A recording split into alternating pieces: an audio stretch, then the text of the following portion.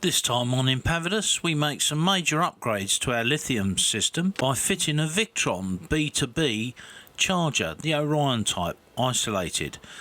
And a simple sketch and an idea turns into something, well, a little bit more complicated and of course a lot more work. But it's absolutely, totally worth it when you see what it is we've done.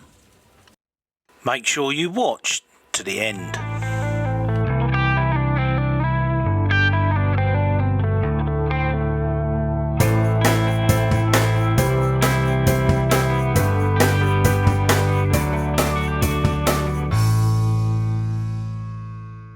Well, welcome back aboard Impavidus.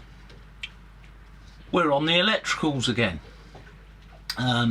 You know that we changed to lithium earlier this year, just before I managed to get myself slightly ill, and we've been gently cruising around Turkey trying out our lithium.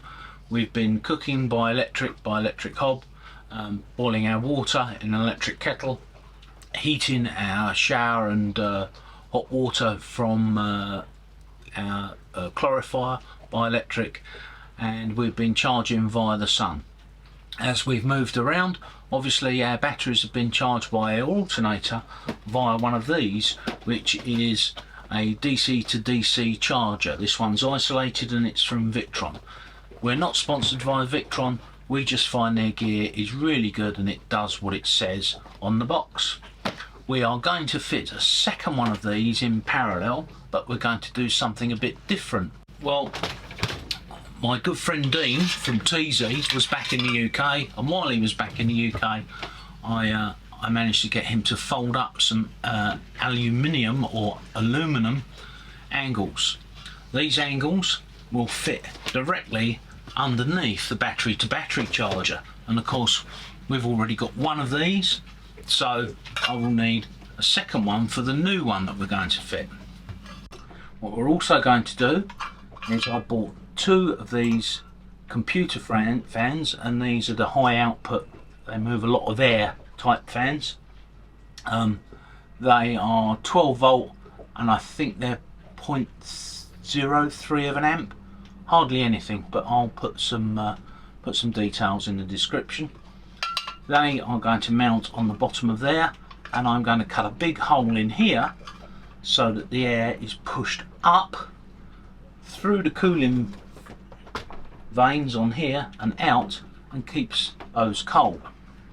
Now, even though they're only 0.03 of an amp or whatever it is, what I'm going to do is I'm going to control those two fans with these.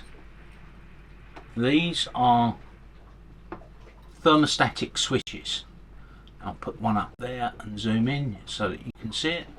So this is the thermostatic switch. It is normally open. The contacts from one side to the other aren't touching until that switch gets to 40 degrees Celsius. At 40 degrees Celsius, the little switch inside closes, and these will then switch up to 20 amps. That switch will then switch on these fans. Now I've got two of those, and the reason I've got two of those is I'm going to feed these switches, put these switches in parallel, so that if either one of those switches fails, both the fans will still come on when the chargers reach 40 degrees Celsius. So there's a couple of other upgrades that I'm going to do while I'm doing that. The first upgrade is I've managed to get my hand on some Victron ANL 60 amp fuses, and the cable that we're using needs to be protected. I've only got inline fuses at the moment. I'm not very happy with them. I wanted proper fuses, as the ANL type, because they're very useful, and they're just more robust in my opinion. So I have two of those, one for each of the battery to battery chargers, and they're rated at 60 amps because that's what Victron suggests that you need between the battery to battery charger and your lithium. That makes sense for the size of cable that we've got. So I've drawn up a circuit diagram for you. We might put it on the website so that you can have a look, but so that you can download it yourselves rather. But if just freeze the video for a moment when the circuit diagram comes up, and you'll see exactly what it is we're doing. Well, I've finished marking out these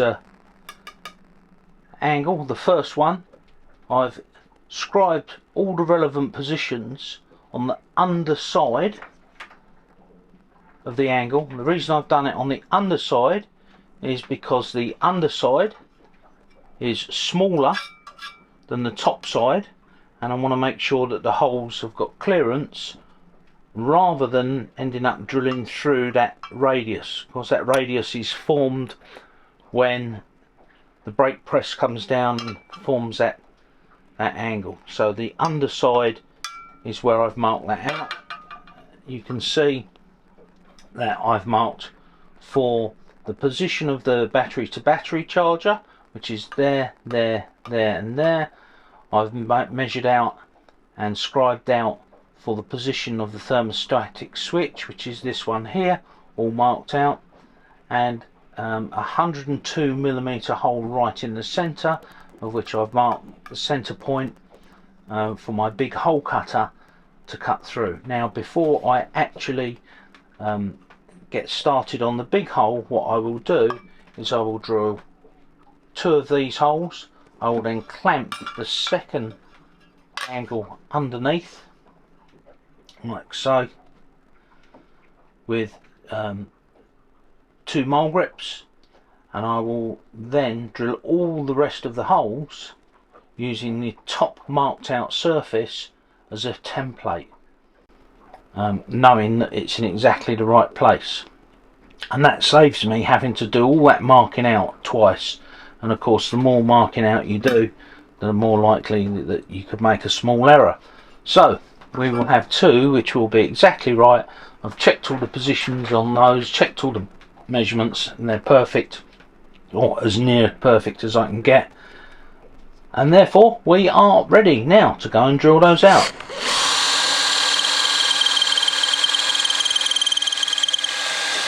One,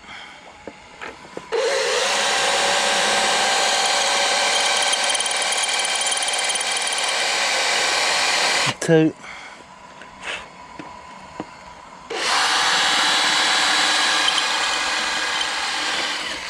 3,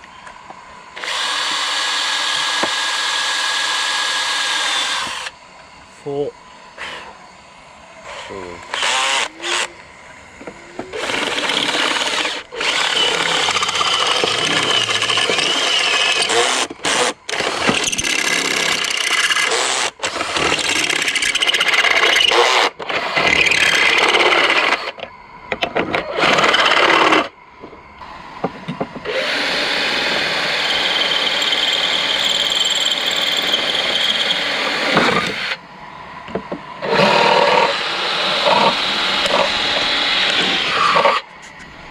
Yep. How many kilowatts is this drill? This is a tiny DIY thing, to be honest,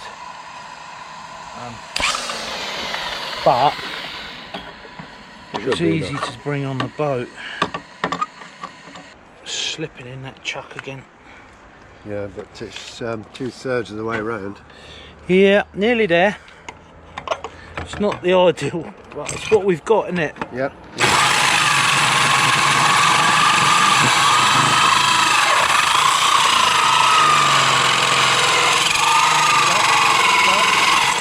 Watch it cutting and then going down and slicing through your foot. Alright.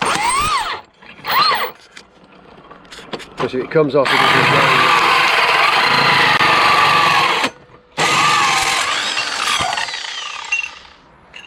That's it. good job. I wouldn't pick them up, they'll be red hot. 4 men looking down a hole. There you are, there's a hole. Brilliant.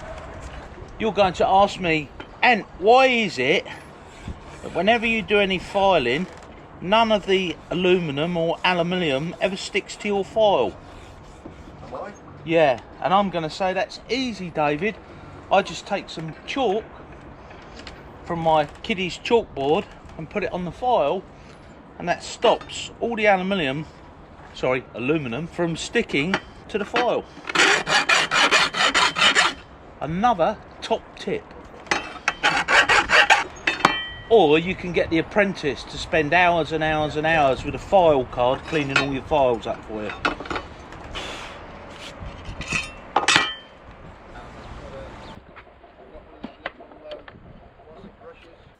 With all the holes drilled and burrs removed by either chamfering or filing, it was then time to fit the thing together. This was fairly easy, as I had most of the nuts and bolts that I needed on board, but I did have to go and buy 5 M4 nuts, nylon, and 1 long series Allen bolt in M4 I believe it was. Once it was all marked and put together, it was then time to put the switches in and make sure that the face of those contacted the black aluminium fins. We've got to take this battery to battery charger out and mount it on the brackets to make the pair up. So I have turned off the battery to battery via the Bluetooth. I've turned off our inverter. I'm going to disconnect battery feed, which is that one there, and I'm going to disconnect it from the lithium, so everything is turned off at the moment. I'll pull the plug on it and then I'll disconnect. That's a very smart new spanner roll you've got there. Yeah, I know, I don't know where it came from, it just appeared. I do like to have everything in a place and a place for everything. That just suddenly appeared. Don't know where it came from. So feed for the battery to battery charger. First we're going to take the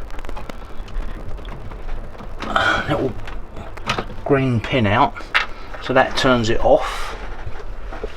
It's already off on the Bluetooth, but that actually turns it off. Carefully going to remove this positive. That's that one off.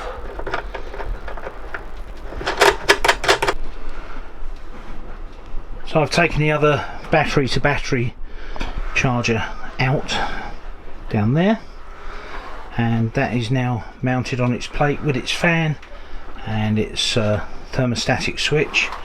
Number 2 is here, and it's temporarily connected to the lithium, and I've put the small dongle in, the little green dongle there, to fire it up, because on this one it's Bluetooth controlled and I'll probably need to update the software, and I want to rename it, and I'll rename it B2B2, and that one's B2B1. And let's get my phone and let's do that. Oh, 4,000 messages. Right, let's get rid of them first. iPhone on, and it's showing up here, so we'll connect it up. Pairing is 5 zeros, I think it is. 1, 2, 3, 4, 5, maybe 6 pair. Oh, and surprise surprise, we need an update. So we're on current version. That was 1.03 I think, and the new version is 1.1. It's uploading.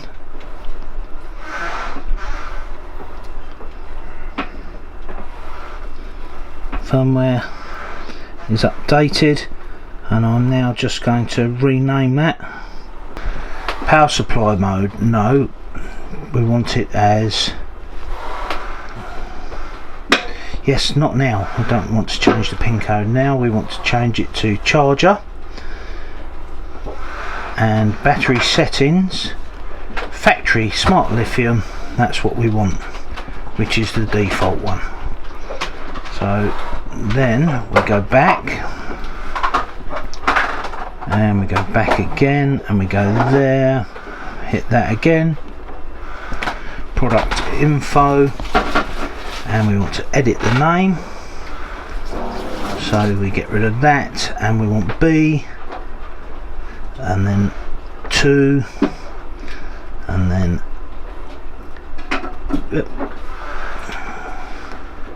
B2B 2. Done. Okay, and then come back. It's off at the moment. That's perfect. There.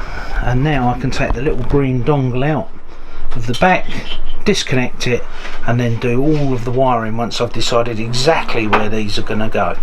That's going to be a mission on its own. Let's get on with that. 3 weeks later. Well, that's it all done now. The observant among you will notice that I've changed these for 10mm cables.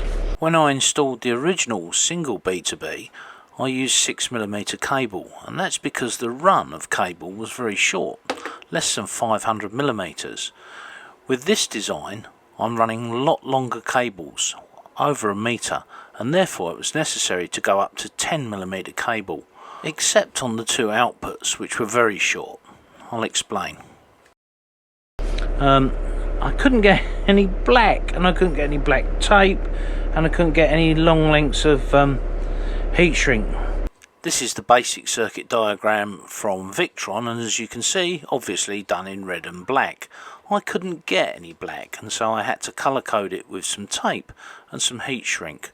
I'll change that later, but for now it's red and black-ish. Okay, here's the drawing for our setup. As you can see, those 2 heat sensitive switches, thermostatic switches, are in parallel to the 2 fans. If either one of those closes, then both of the fans will come on. That's the way we've rigged it. I haven't put the override switch in yet. Again, that's something I'll do. Unfortunately, or fortunately, we're on the move, and we just have to make do with what we've got, what we can get hold of while we're sailing. That's my excuse, and I'm sticking to it. That's basically all done. We're now charging at 60 amps. You can hear I've got the engine running in the background. Tidied this up a little bit, got to run the hoover through. Everything's clipped and cabled. This is the temperature sensor for the battery. And why they make it so big? Why? Because I'm never going to get a cover over that. I'll have to have a look and see what I can do with that, but otherwise, yeah, all done. Tidied up a little bit. Maybe I should put a clip there. Yeah, but that's it, done and dusted. The battery is moved into this one next to me and clipped down. I had to put a new base in for that. Decided that rather than run that extra cabling up to the terminals, I'd run that battery in that other box and let these run. Now I'm waffling away. I know that they do work. These chargers are just warming up now, not that much, but just warming up. These 2 bits of cable are 6mm. They're very short run, so I only need to run them in 6mm. The rest I need there got to be running 10mm, so that's because of the length of them and the fact that the input side takes a lot more current than, or considerable amount more than the output current, and that's because of the inefficiency of these as it alters one voltage to another voltage or a high amperage. So yeah, I needed to run 10mm feeds in, and then that little short bits I can run in 6mm. Maybe I'll change that to 10mm at a later date just to make it look nice and even, but it's aesthetics, not necessary. So I was hoping to be able to show you these warming up, but I can't see what they're. 38 on the vanes, So just to prove that the fans are working, there, via the laser, fans working. That one's working. Air is coming up from there. Temperature. Let's have a look. Temperature there, 36, 41 degrees Celsius. Look, both the fans on, both working, both blowing air up. You can feel that coming through.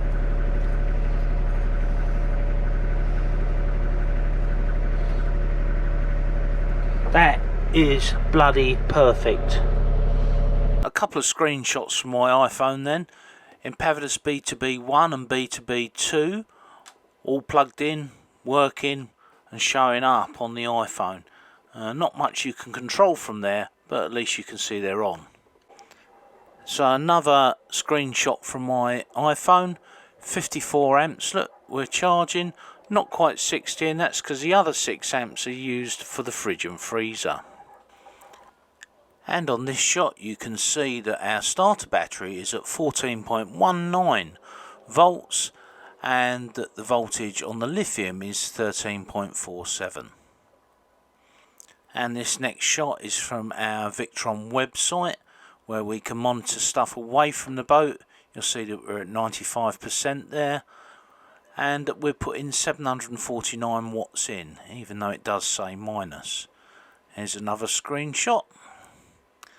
And finally, just a track of the day's power. That's quite useful to see that we're putting a lot in right at the end of the day. The last screw going in.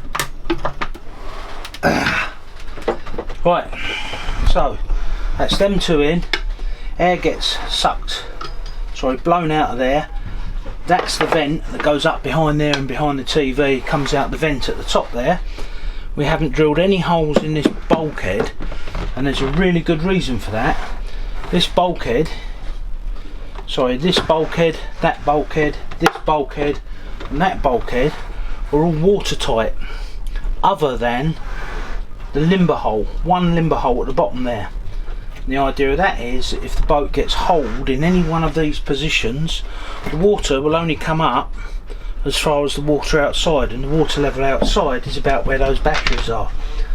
So this will remain intact and you won't sink. The water will only go out of here as quick as it goes out the limber hole, which is smaller than the bilge pump that we got. Having said that, I did change the bilge pump for a huge one. So, but that's all the Bavarias are built like that. All of these sides, you know, settees, the bed at the front there, they've all got crash bulkheads in, and they're all high. And the reason for that is because they need to be higher than the water is outside. Not a lot of people know that, but it's part of their safety design. I think it's a good idea. Anyway, that's it. So that's two screws, and then that's the charger we've been using. Oh dear. I ought to say really, I'm not allowed to lift anything because I'm still recuperating from this. I'm not allowed to lift anything. I have to be careful and lift things with both arms. But I am getting my strength back, but they're worried about me pulling my chest apart, so unfortunately Cindy has to do all the heavy lifting. Good job I've got strong muscles. Good job you've got some really big muscles, darling. I'm looking at them from here. Oh! Somebody loves you. Yeah. Well, I hope that's been useful to you all. If you've got any questions, put them in the comments. We do like to read through the comments and answer some of your questions. Next time on Impavidus, we will be on the dark side. Yes, we were on a cat for about a week or so. Yet again, I'd like to thank our patrons. Without you guys, we simply wouldn't be able to make videos. And to our new patron, Marcio. Welcome to the crew, Marcio. we'll be in touch as soon as we hit dry land, as it were. Now, this bit of video that you're watching now is something that we took while we were on the Cat. Yes, we were on a Bali 4.1, but more about that next time. Now, don't forget, if you don't hit the subscribe button, you won't get notified of the next video, and we're trying to hit 10,000 subscribers by the end of the year. With your help, that can happen. It costs you nothing to watch these videos, hopefully you get something from them, and all we ask in return is hit the subscribe button or give us a like. Thanks for watching, guys. Sail safe.